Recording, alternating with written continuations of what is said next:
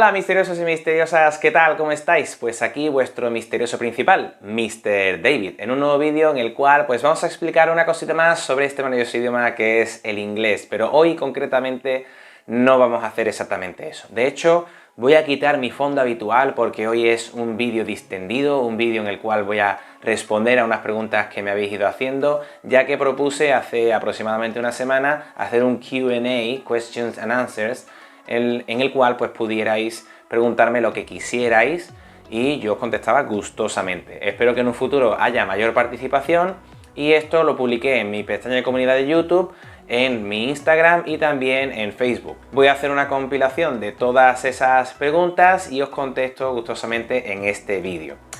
Bueno, pues nada, simplemente deciros que espero que os suscribáis, que le dejéis a like y campanita para que no os perdáis los contenidos de las clases que yo suelo dar. Y tenéis ante vosotros pues una persona que lleva más de 10 años dando clases, formado en esta profesión y que soy preparador de certificados y de oposiciones. Bueno, tras esta breve introducción vamos a dar paso a cambiar un poquito el escenario, ¿no? Porque esta no es una clase, así que voy a quitar mi blanco habitual y voy a hacer esto. Yo creo que está mucho mejor así, ¿verdad? Un poquito más tranquilito, más bonito, más relajante. Bueno, a ver, pues vamos a empezar con la primera pregunta. Me voy a mi pestaña de comunidad de YouTube y el primero es de Giselle Pérez, que dice: Hello, me agradaría saber cuál es la diferencia entre phonemic y phonetic. Pues es una muy buena pregunta, Giselle. Es muy buena pregunta porque se suelen confundir, porque están tan estrechamente relacionadas que muchas veces hablar de una cosa y de la otra vienen a ser casi iguales. Pero si eres muy purista y eres muy delicado en este asunto, o delicada, te digo que phonemic hace referencia a phoneme o fonema. Y fonemas son los sonidos. O sea, cada símbolo que nosotros tenemos pues tiene un sonido. Entonces hacemos referencia al sonido en sí, no a la grafía, solamente al cómo suena. La unión de eso con una grafía y una descripción sobre cómo se hace ese sonido y un estudio sobre eso es lo que ya llamaríamos phonetic. Así que phonetic sería una descripción o un estudio sobre los fonemas con la unión de los grafemas también, ¿no? Lo que son las grafías de cómo se escribe y cómo se pronuncia, ¿no? Así que esa unión de las dos cosas sería phonetic y el estudio de eso, ¿no? Y phonemic se refiere solo al sonido. Espero haber resuelto esa duda. Son conceptos complicados. Giselle Pérez sigue preguntándome y me dice: Hi again, ¿qué exámenes internacionales has rendido?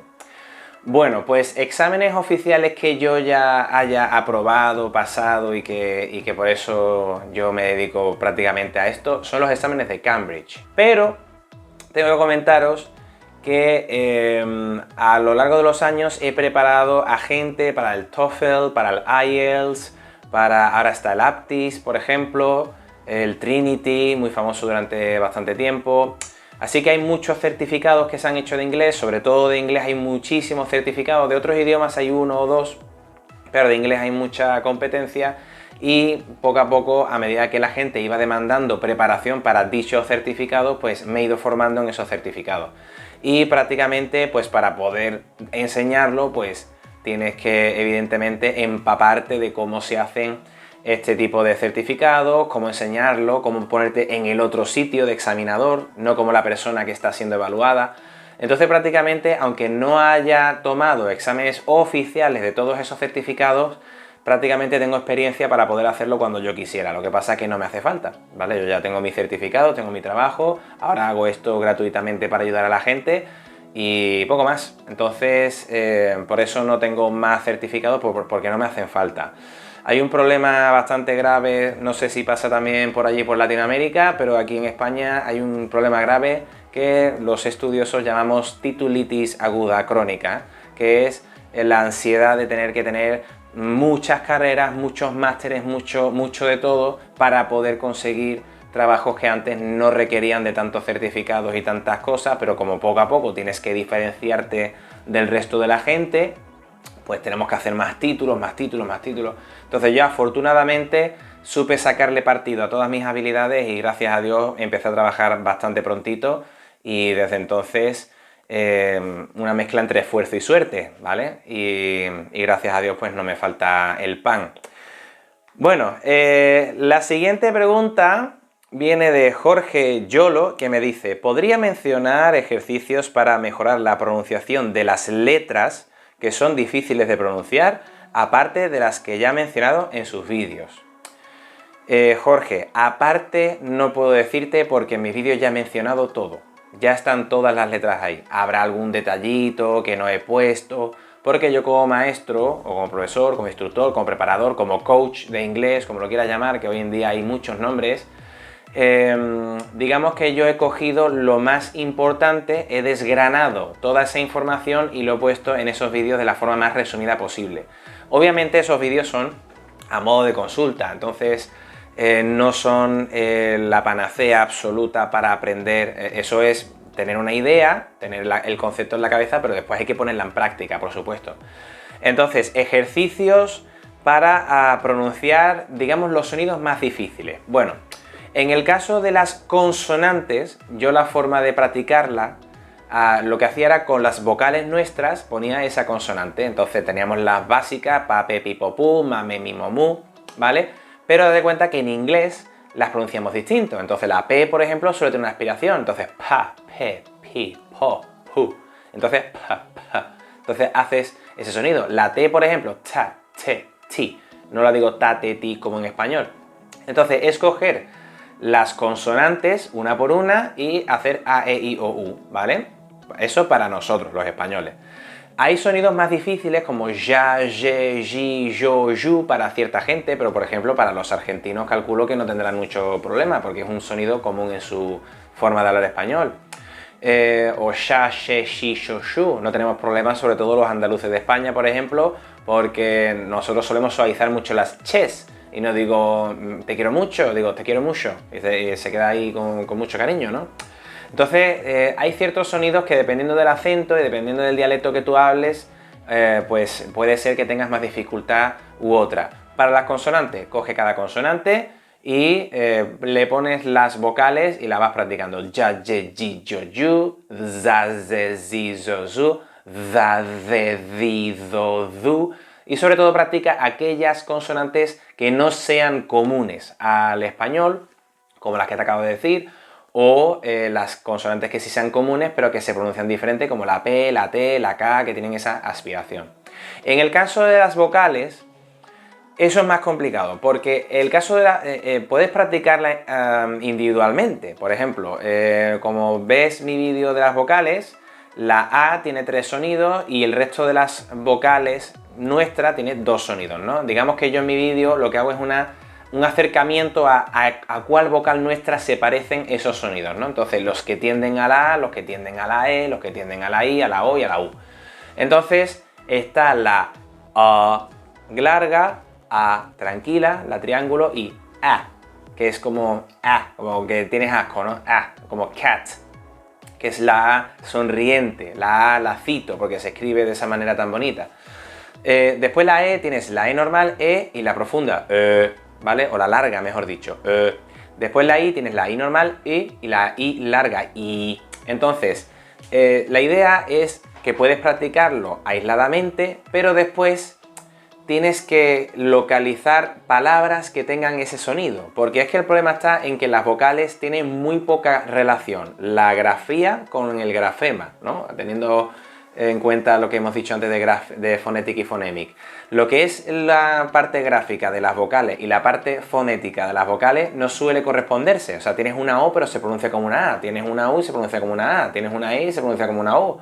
Entonces, depende un poco de cómo va la historia, tienes mucho cambio. Entonces, la idea es que cuando tú tengas inseguridad en ciertas palabras, pues que las busques en el diccionario y puedas ver esa pronunciación, y cuando tú acumules unas 3 o 4 que tengan más o menos ese sonido, o incluso por Google puedes decir palabras que tengan este sonido, palabras que tengan este otro, te haces una lista de 4 o 5 y te dedicas a repetirlo para que tú veas ese sonido. Por ejemplo, tienes la larga, pues tienes work, world, ¿vale? Por ejemplo, tienes esas dos, hay otras, habrá más, por supuesto. Entonces, ¿qué es lo que ocurre? Yo, por ejemplo, hasta que no vi fonéticamente esas dos palabras que te acabo de mencionar, yo no sabía pronunciar word o exam. Por ejemplo, esa es una palabra muy curiosa. Exam, no digo exam, sino exam. Si vemos exam fonéticamente, puedes comprobar que es que no tiene nada que ver con lo que nosotros a priori pensábamos. Entonces, son curiosidades que poco a poco se te irán quedando a raíz de haber buscado esas palabras y haber hecho ese trabajo. Pero ejercicios así como tal, pues básicamente eso, buscar palabras que contengan esas vocales e ir asociando eso, ir practicando en voz alta. Y si tienes alguna persona que sepa más que tú, o que pronuncie muy bien, o que sea nativa, que sería el mejor de los casos, pues que te pueda ir corrigiendo esas cosas hasta que la hagas natural. Es lo que te puedo comentar. Desgraciadamente no existe un camino corto. Y el que te diga lo contrario, yo no me lo creería. Hay que tomar una estrategia y seguirla. Es la clave. Tomar una estrategia, un método de estudio bueno y seguirlo. Es así de simple. No existe el camino corto. Bueno, siguiente pregunta que veo en mi comunidad de YouTube y es de Giselle Pérez de nuevo, que es ¿dónde estudiaste inglés? Bueno, yo estudié inglés en España principalmente. Yo aquí en mi país, en España, pues yo estuve, pues evidentemente tenía yo inglés en el colegio y en el instituto. Lo que pasa que en el colegio sí que tengo muy buen recuerdo de la maestra que yo tenía en aquel entonces, sin embargo en el instituto tengo totalmente lo contrario.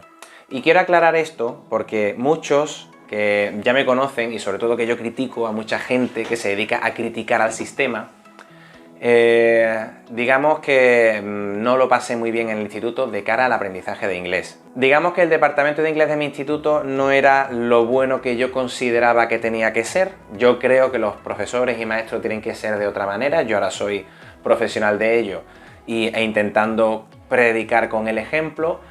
Entonces me da mucho coraje cuando mucha gente se está dedicando ahora a hacer anuncios sobre no has aprendido inglés, no te preocupes, no es tu culpa, es que el sistema educativo, es que los profesores no saben enseñar, es que la metodología que se usa todavía es de la época del Paleolítico y cosas así. Entonces me da un montón de rabia cuando esa gente parece ser que todos los que nos dedicamos a ello y nos hemos dedicado a estudiarlo y estamos aquí al frente de grupos de personas de ratio de entre 25 y 30, no siempre con la mejor edad y madurez para poder llegar a alcanzar pues, esos niveles que nosotros buscamos. Entonces me da mucho coraje que generalicen mucho. Entonces, yo lo que tengo que decir es que yo me quejo de mis maestras o mis profesoras. Yo me quejo de lo que yo viví. Pero no me puedo quejar del sistema entero, porque afortunadamente en muchos institutos y en muchos colegios hay gente súper requete competente, tanto aquí en España como seguramente en muchos países de Latinoamérica y de habla hispana. Entonces, yo no sé realmente cómo es la formación de los profesores de allí. Yo puedo hablar por gente que conozco de aquí, compañeros de profesión con los que he tenido el placer de coincidir, compañeros con los que he estudiado en la carrera, a los cuales recuerdo con muchísimo cariño a todos y cada uno de ellos y ellas, y yo no me imagino a esa gente haciendo un mal trabajo. Ahora, que durante mucho tiempo hemos tenido ese problema y ese estigma de profesores que se han dedicado a vivir la vida, a pedirse bajas por depresión y tal, sí, hemos tenido durante mucho tiempo, por lo menos aquí en España, pues ese estigma que afortunadamente ya no es tanto o casi inexistente porque ya hay unas consecuencias graves si falta a tu trabajo durante mucho tiempo sin una razón realmente bien justificada, ¿verdad? Entonces, perdóname que me he desviado de la pregunta, pero me quiero adelantar y quiero hablar y reflexionar sobre ese tema de que yo no puedo criticar al sistema. Yo ni lo voy a hacer. Yo critico a la gente que no hace bien su trabajo, a esas personas. Entonces, no me gusta tampoco la gente que se dedica a promocionarse a base de empujar a otros, a base de decir, es que la culpa no es tuya, la culpa es de que tu maestro o tu maestra no lo hizo bien. Tenemos que tener en cuenta ciertos factores en el sistema educativo. Primero, no es la misma edad, o no es la misma manera de aprender, o no es la misma manera de tomárselo en serio de una persona que es de primaria, de edad de primaria, de 6 a 12 años, que de un adolescente hasta los 18 o 19 años, que un adulto. no es el mismo interés, no es la misma importancia a la que se le da.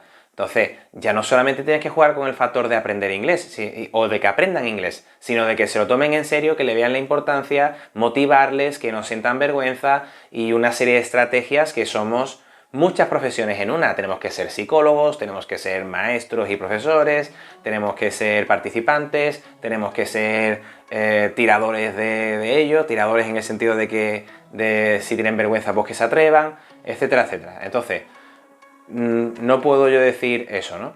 Entonces yo principalmente aprendí en España. Después durante la carrera sí que aprendí mucho también y sobre todo hubo una asignatura que me encantó mucho que era fonética, morfología y semántica. Esa asignatura es una de las que más me gustaron, de un profesor fantástico, porque aunque tenía su forma, tenía su carácter y sus historias, no sé por qué llegamos a conectar. Y bueno, de esa asignatura tengo un sobresaliente, de hecho. Y todo lo que aprendí en esa asignatura, que viene a ser la fonética, la aplico mucho en mis clases. Y yo se lo explico a mis alumnos de primaria.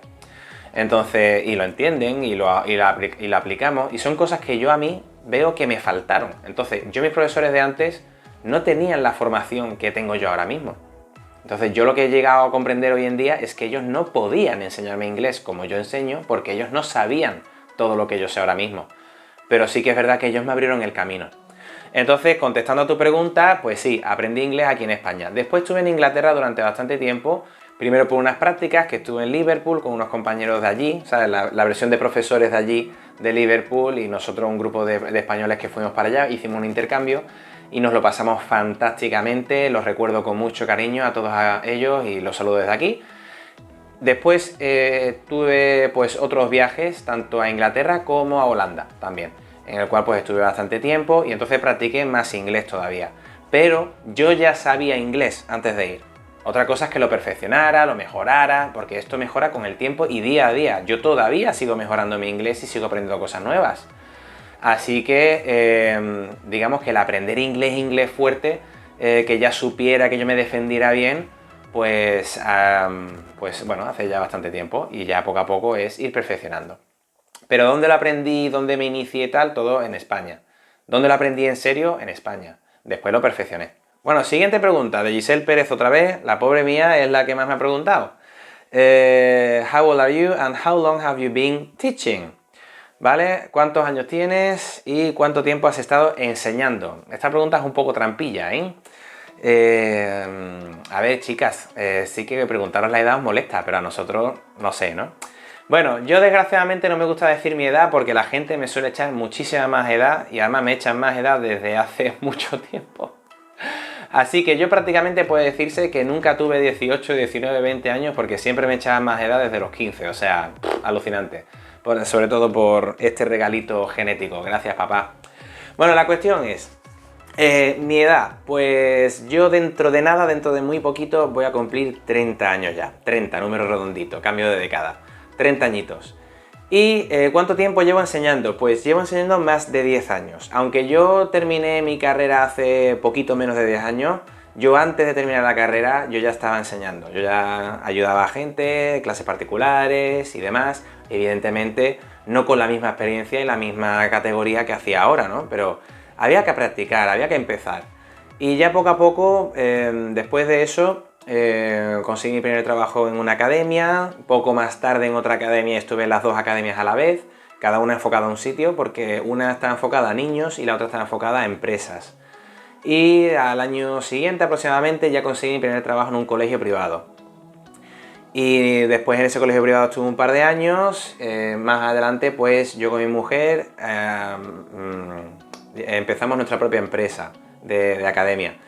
Y nada, y ahora mi mujer sigue con esa empresa, yo decidí desligarme de esa empresa, por así decirlo, ya está todo bien hecho y tal, pero yo quería trabajar en un colegio público. Así que me preparé las oposiciones y aprobé y nada, y desde hace relativamente, bueno, hace ya casi 3-4 años soy funcionario, pero llevaba ya un par de años más de interino y tal.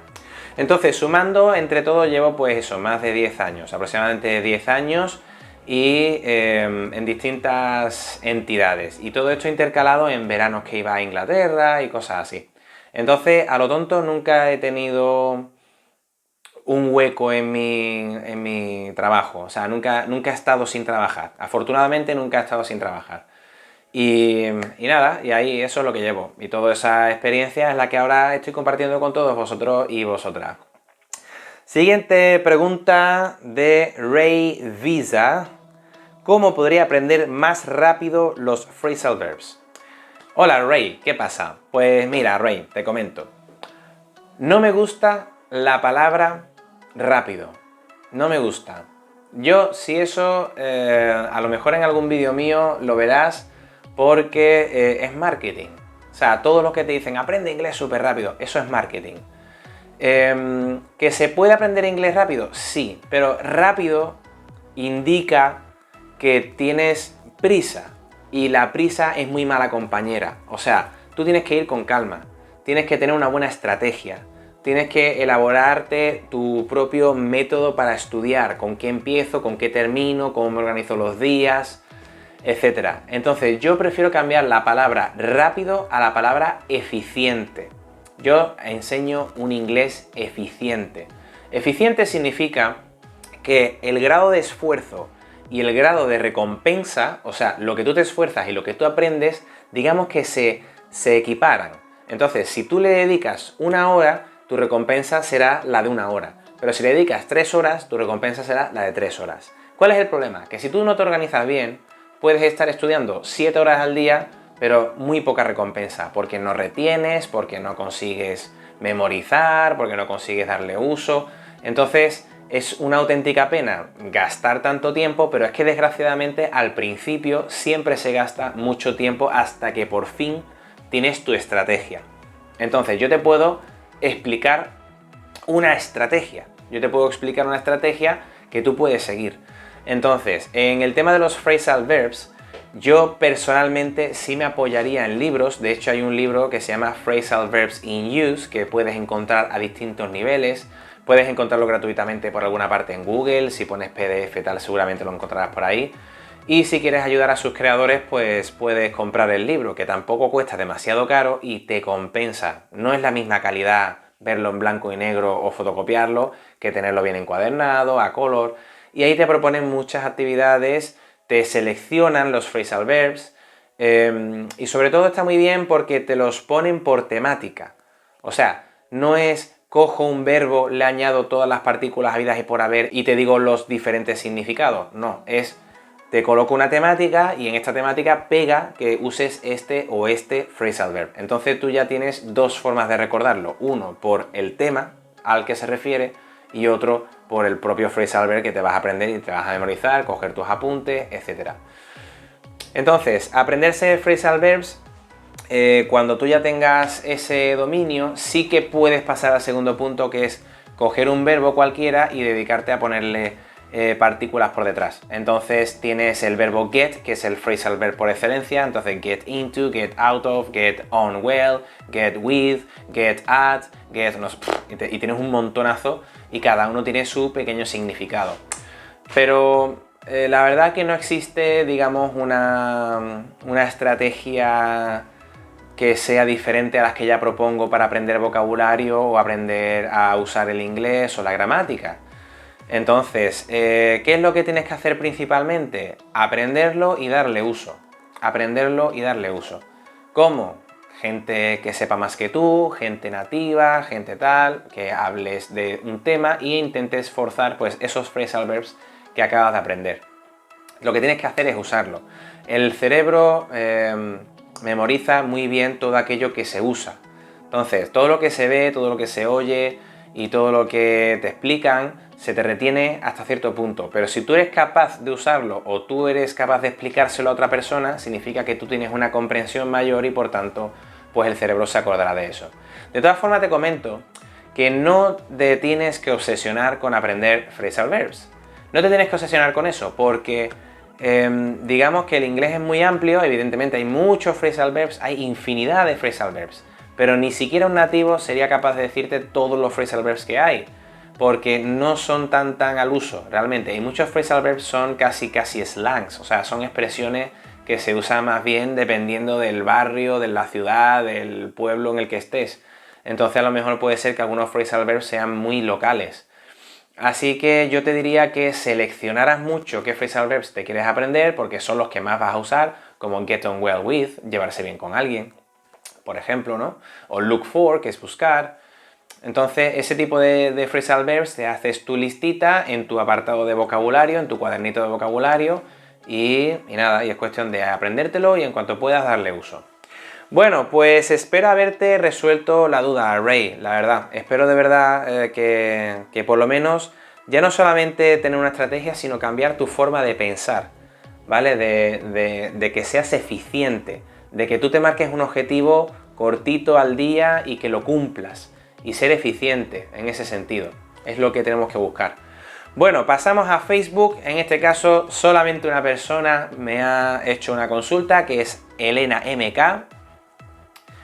Así que me comenta David, ya que nadie rompe el hielo, lo hago yo. ¿Tendrías algún consejo o recurso que nos ayudara con la pronunciación? Es mi talón de Aquiles.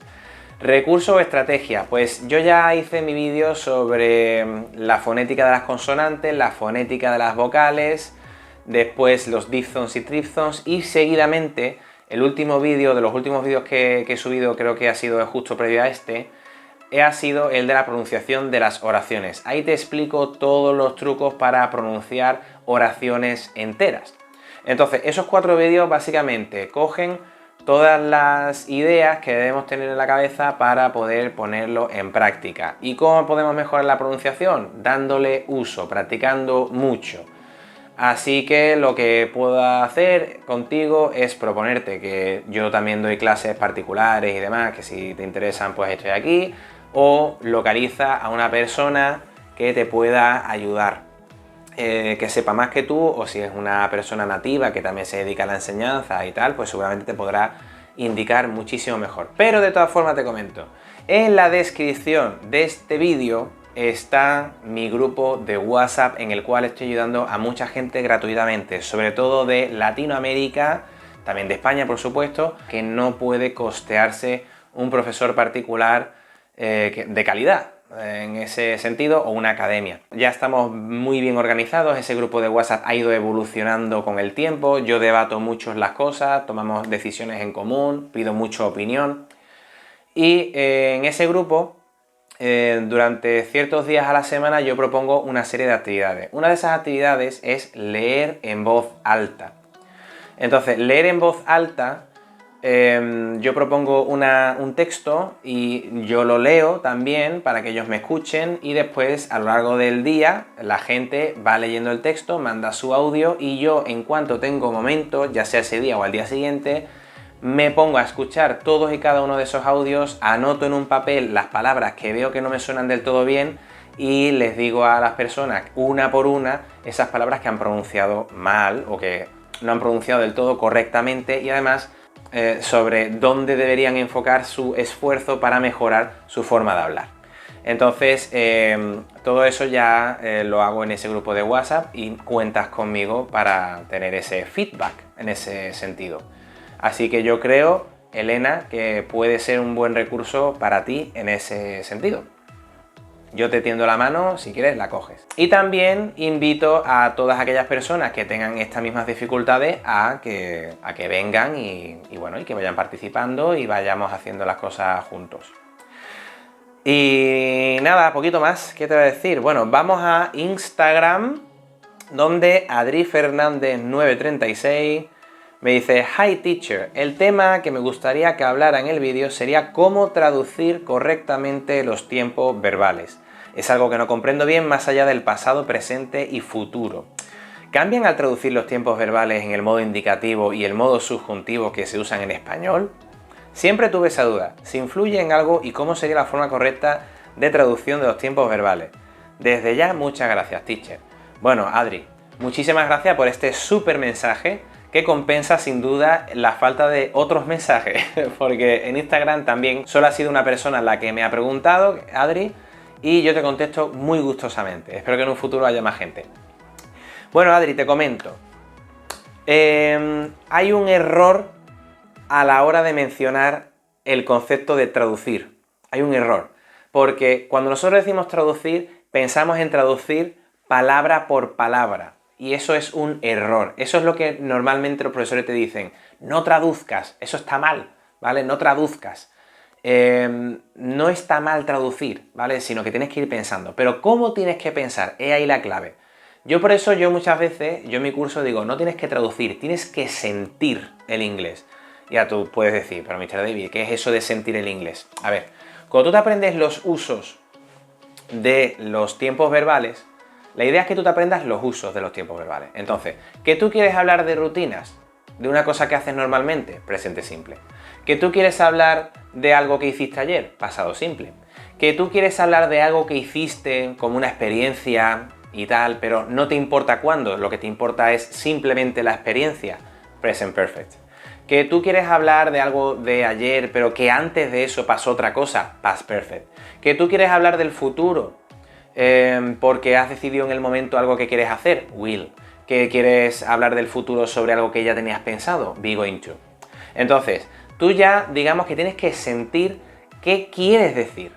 O sea, yo quiero decir que mañana voy a ir al gimnasio a las 9 de la noche, que es cuando puedo, ¿vale? Entonces, ¿eso qué te suena? ¿A lo voy a hacer esporádicamente o lo voy a hacer porque tengo pensado hacerlo? Entonces, ya cuando selecciones la idea, entonces le pones forma. Y esa forma será el be going to. Si tú quieres hablar sobre, no sé, me acabo de acordar de que la puerta está abierta de mi casa, ¿vale? Te acabas de acordar. Un pasado muy reciente.